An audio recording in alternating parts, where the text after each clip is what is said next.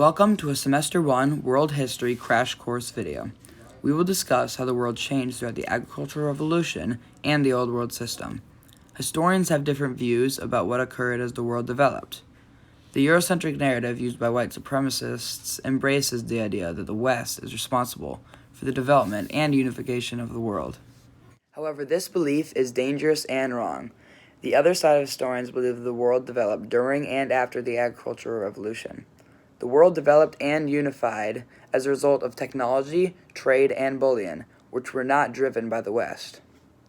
One reason people follow a Eurocentric narrative is single stories that only show one side of an event.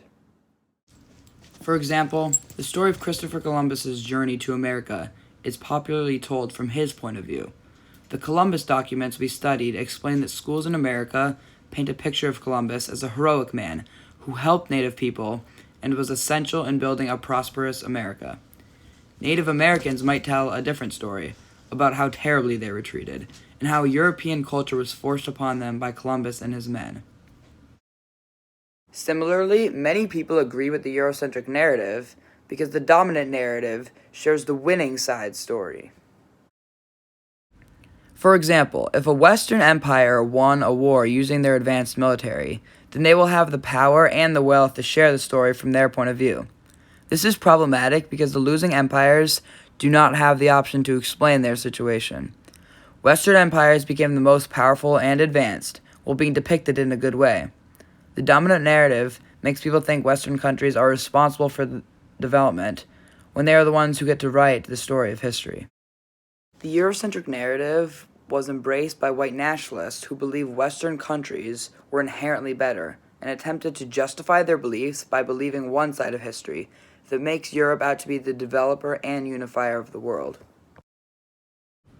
The real story of the modern world began around the time of the Agricultural Revolution. Before the Agricultural Revolution, humans lived a much more limited lifestyle. The Agricultural Revolution introduced new farming techniques that were a vital part of the advancement and unification of the world. The Agricultural Revolution created a food surplus that allowed people to live in larger groups. This was the first step in the unification of the world. This was also a large step in the development of the world because people had more time and resources to create new technologies.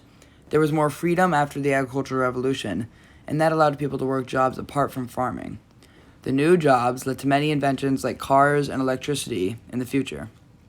This understanding of the Agricultural Revolution challenges the Eurocentric narrative because there were a lot of development and unification before any empires existed. We can also explore the Old World System and find out more ways the world developed and advanced without European leadership. The Old World consisted of many empires and regions, including in Africa and the East. The world developed during this time as a result of technology, trade, and bullion. Technology changed immensely this time and was vital to the world's advancement. For example, Malay sailors created balanced lug sails that were square in shape. This improved sailing efficiency and opened up trade routes throughout the world. More technological advancements that Europe did not originate are block printing, gunpowder, and cannons. The Mongols created these things to spread information and be more successful in war. These were just a few of the technological advancements in the Old World that were created by places away from Europe. Trade spread these technologies throughout the Old World system. Trade also unified the empires involved.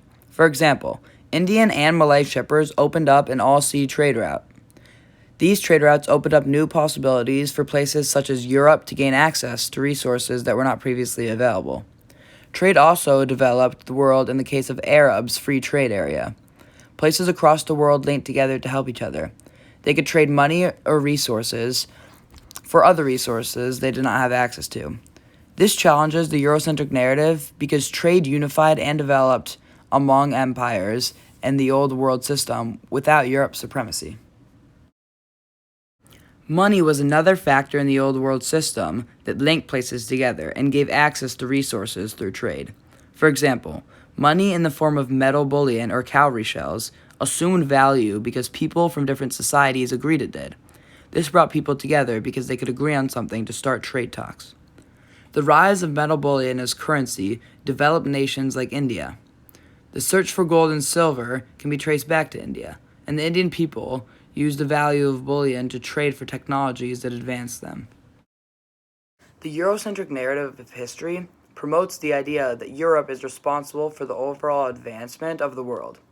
The true story of the development and unification traces back to the food surplus created by the agricultural revolution, which allowed people to live in larger groups and create new technologies.